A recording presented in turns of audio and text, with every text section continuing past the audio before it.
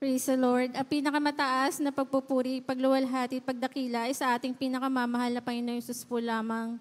Doubling paggalang po sa ating beloved parents in the Lord. Patuloy po nating inaalala at sinasariwa ang kanilang mga pinagparang aral at turo na ating beloved Honorable Pastor Wilde Estrada Almeda at gayon din po ang ating beloved Assistant Pastor Lina C. Almeda. Pagbati po sa ating beloved Almeda family, sa lahat po ng mga beloved workers, preachers, sa lahat po ng manggagawa sa banal na ubasan ng mahal na Panginoon. Ganoon din po sa inyo mga minamahal na kapatiran, sa lahat po ng live webcast viewers. Isang magandang gabi po. Nagpapasalamat po ako sa mahal na Panginoon. Unang-una po na isa po ako sa kinahabagan niya na makakilala at maglingkod po sa Kanya, bagamat hindi pa po karapat-dapat na bilang isang tao talagang isang maruming basahan sa Kanyang harapan. Nagpapasalamat po ako sa mahal na Panginoon. Na-save po ako. Bali, beloved mother ko po ang unang na-save. Naging bunga niya po kami since birth po talagang namulat na po ako dito sa banal na gawain. Namulat po ako na sa tuwing magkakasakit po kami, ang beloved mother ko po walang ibang ginagawa kundi ang magpuri, dumalo sa banal na gawain. At sa unang dalangin po ng aming beloved pastor, talagang andyan po na sa pamagitan ng paglay hands, ang kagalingan po ay pinagkakaloob sa amin ng mahal na Panginoong Jesus. Yes, amen, hallelujah. Nandiyan din po na-experience ko rin po na talagang kahit may sakit kami noon, ang beloved mother ko, inuuna niya po dumalo sa banal na gawain. Tunay po na pagbalik niya, magugulat na lang po siya talagang pinagaling na kami ng mahal na Panginoon. Nagpapasalamat din po ako sa mahal na Panginoon dahil magulo po ang aming buhay noon. Ang aking beloved father po ay maraming bisyo na tunay nga po na mas inuuna niya pa po ang kanyang mga bisyo at barkada kaysa sa pamilya.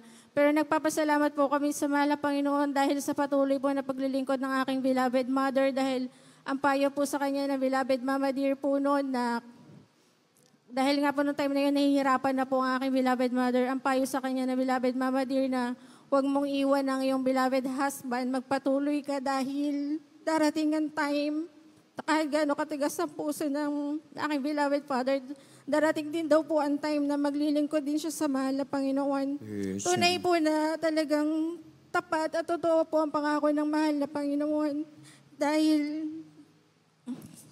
sa kabila ng matagal na panahon, kahit gaano katigas ang puso ng aking beloved father, tunay po na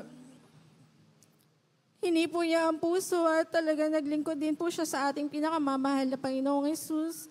Bagamat sa masakit na paraan man po, dahil noong time na yun, nung kinuha po ang aking beloved mother ng ating mahal na Panginoon, noon lang po siya nag-decide na maglingkod sa mahal na Panginoon. Pero pinasasalamatan ko po yan sa mahal na Panginoon dahil alam ko na lahat ng mga bagay na nangyayari, may layunin ng mahal na Panginoon. Yes, amen, hallelujah. Nagpapasalamat din po ako sa mahal na Panginoon dahil dati po nung bata ako talagang may sakit na po ako na matinding ubo na gabi-gabi pinahihirapan po ako, hindi po ako makatulog. Halos butot balat po ako niyan.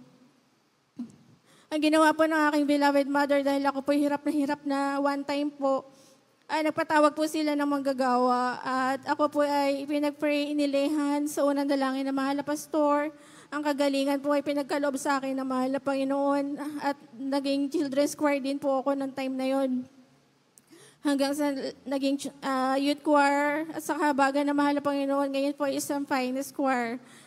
Yes, amen, hallelujah. Finest choir member. At nagpapasalamat din po ako sa mahal na Panginoong Jesus na noong time po na dumanas po ako ng sakit na arthritis. Tunay po na hirap po ako noon na tunay na hindi ako makatayo. Konting galaw ko talagang napakasakit po ng mga joints ko, namamaga po lahat mula paa, tuhod, mga balikat ko sa kamay ko. Tunay po na nung pina-check up po ako, napag-alaman nga po na meron po akong arthritis. Hindi po ako makatulog niya sa sobrang sakit. Ang ginawa ko, dahil marahil paalala sa akin na mahal na Panginoon dahil sa mga pagkukulang ko, dahil hindi na po ako nakakadalo ng maayos noon. Ang ginawa ko, unti-unti, humingi ako kalakasan sa mahal na Panginoon, nagsumamo ko sa Kanya. Bigyan niya ako ng kalakasan at pinaisip sa akin na mahal na Panginoon na magpuri ako. Kahit hirap na hirap ako, Pinilit ko po, noong time na hindi pa ako makabangon, nagpupuri ako kahit na nakahiga lang. Hanggang sa unti-unti nakaupo ako, nagpupuri ako araw-gabi. At hanggang sa unti-unti pinalakad ako na mahal na Panginoon, nag-decide akong dumalo 3 times a week. At kada samba ko, doon ko nararamdaman na may unti-unting pinapagaling sa akin na mahal na Panginoon hanggang sa kompletong kagalingan Yes, ay amen. nakamtan Hallelujah. ko. At napapasalamat po ako sa mahal na Panginoon sa mga pag-iingat niya po sa akin, sa amin ng aking beloved husband. Lalo na po pag nagmumotor kami, may time po talaga di maiwasan na may mga disgrasya kahit anong ingat. Tunay nga po na napaka-powerful po ng salitang Hallelujah, praise the Lord. Dahil Yes, amen. ang pag-iingat na laging pinagkakaloob ng mahal na Panginoong Isus. At pinasasalamatan ko rin po ang mahal na Panginoon sa pagpapala niya po sa amin ng aking beloved husband, na unti-unti sa kahabagan po niya na yung mga bagay na gusto naming ipundar sa tulong at habag ng mahal na Panginoon, unti-unti po namin na ipundar. At nagpapasalamat din po ako sa mahal na Panginoon na pinagkalooban niya po kami ng pinagkaloob niya po kami ng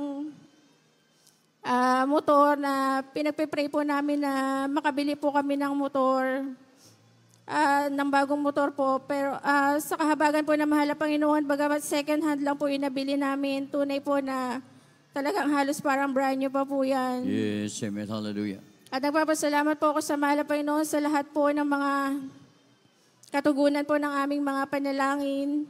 At hanggang dito na lamang po ang pinakamataas na pagpupuri, pagluwalhati, pagdakila sa ating pinakamamahal na Panginoon po lamang.